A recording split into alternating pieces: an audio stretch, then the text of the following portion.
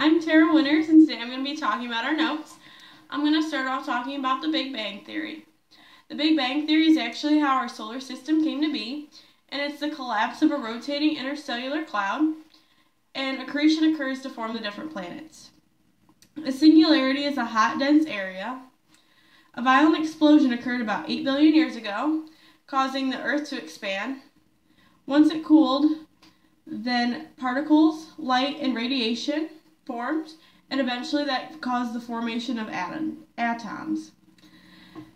A galaxy is a clump of stars.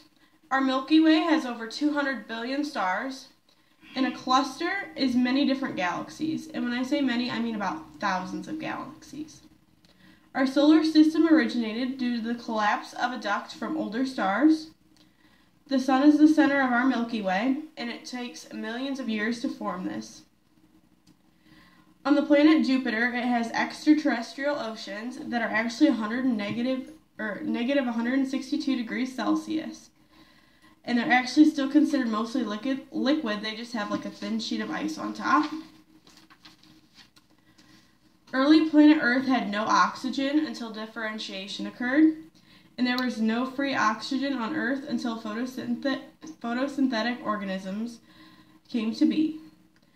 The Earth needed more oxygen than what was needed by Earth's crust. So then, eventually, over time, you could see the evolution of Earth's atmosphere begin to evolve to be able to support life. Earth was formed about 4.5 to 4.6 billion years ago by isotopes, and the amount of lead in meteorites versus the lead in Earth to compare Earth's age. Our different geological times are events of formation history, and you start off with the bigger ones, which are eons, then you have the era, period, and then the epoch. The oldest eon is the Hadean, and it's 4.6 to 4.4 billion years ago. The Archean is 4 billion years ago to 2.5 billion years ago. And the Proterozoic is 2.5 billion years ago to 541 million. A year is actually 365.25 days, and that's the time that it takes for the Earth to make one orbit around the Sun. And the 0.25 actually represents your leap year. That's where the leap year comes in, and that's why you have an extra day every 3 years. The amount of light in a day depends on your different seasons, and a lunar month is 29.5 days, and that's for the moon to orbit Earth. A solar day is 24 hours of light, and the different moon phases are the new moon, the first quarter moon, the full moon, and then the last quarter moon. On Earth, 71% of Earth is water, and only 3% of that is fresh water. And actually, only 1% of that 3% is actually usable for humans, and one of the greatest supplies of our fresh water is actually right here in the Great Lakes. The gravity on Earth is actually nearly spherical, and the Earth bulges out just a little bit at the equator, and it's longer than it is tall. The latitude is your parallel lines, and your longitudes are going to be your meridians. 1 degree actually is equivalent to 60 minutes, and every 15 degrees is a change in an hour. So that's where your different time zones come into play.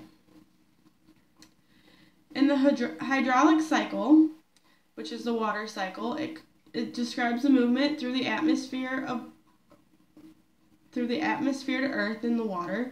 So that's your evaporation, your transpiration, stuff like that.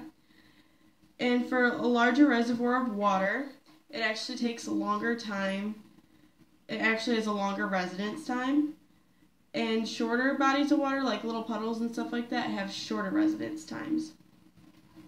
The northern hemisphere is actually mostly land, while your southern hemisphere is mostly water. And we have 5 main oceans. We have the Pacific, the Atlantic, the Indian, Southern, and the Arctic.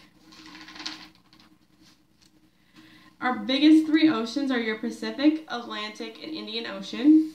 The Pacific actually means peaceful, and it has the deepest point in any of the oceans, and that's the Mariana Trench, which is 35,970 feet deep. The Atlantic Ocean is about half the size of the Pacific, and its name comes from Atlas, which is the Titan god, and Titan was known for carrying heaven was known to have carried the heavens on his shoulders, so it means strong. The Indian Ocean was named after India, and it's actually about the same size as the Atlantic, just a little bit smaller, but it's much deeper than the Atlantic, and it's known for its importance for trade. The Southern Ocean is our newest ocean, and its boundaries were just set in the year 2000. The Arctic Ocean is the smallest and the shallowest of all the oceans, and it covers the North Pole, and its major flow is through the North Atlantic. So what I kind of found interesting was that I didn't really know that the North Hemisphere was mostly land and the Southern was mostly water. And I found it super interesting that the extraterrestrial oceans on Jupiter's moons, Europa and Callisto, are negative 162 degrees Celsius and are still considered mostly liquid, because here that's really cold. The solar systems originated from the collapse of a duct from older stars, and the sun actually took millions of years to form. What I would like to know more about is the oceans on Jupiter by comparing them and contrasting them to our oceans here on Earth. And my 3 questions are, what caused the Earth to not be perfectly spherical? What caused it to be like a little bit longer instead of being the same as it was tall? And how do we know there are other galaxies if we can't reach them? And what determines the ocean's boundaries?